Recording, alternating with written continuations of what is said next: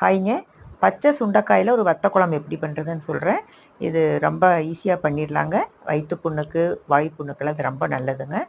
இப்போ சுண்டைக்காய் வாங்கி அதையே நம்ம சுத்தமாக கழுவி தட்டி எடுத்துக்கணுங்க. உள்ளே இருக்கிற விதையெல்லாம் கழுவிட்டு அதை நம்ம கழுவி வச்சுக்கணும்.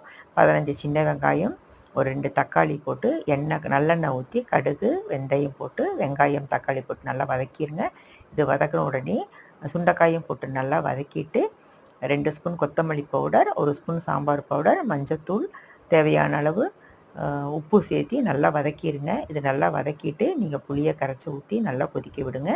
தேவைப்படுறவங்க வெல்லம் சேர்த்திக்கலாங்க. இது ரொம்ப கெட்டியாகவும் இறக்க வேண்டாம், ரொம்ப தண்ணியாகவும் இறக்க வேண்டாம், மீடியமாக இறக்கி வச்சுக்கோங்க. இது ரொம்ப நல்லா இருக்குங்க. சுடுசாதத்துக்கு நீங்கள் சாப்பிட்டிங்கன்னா ரொம்ப டேஸ்ட்டாக இருக்குங்க. நீங்களும் ட்ரை பண்ணி பாருங்கள்.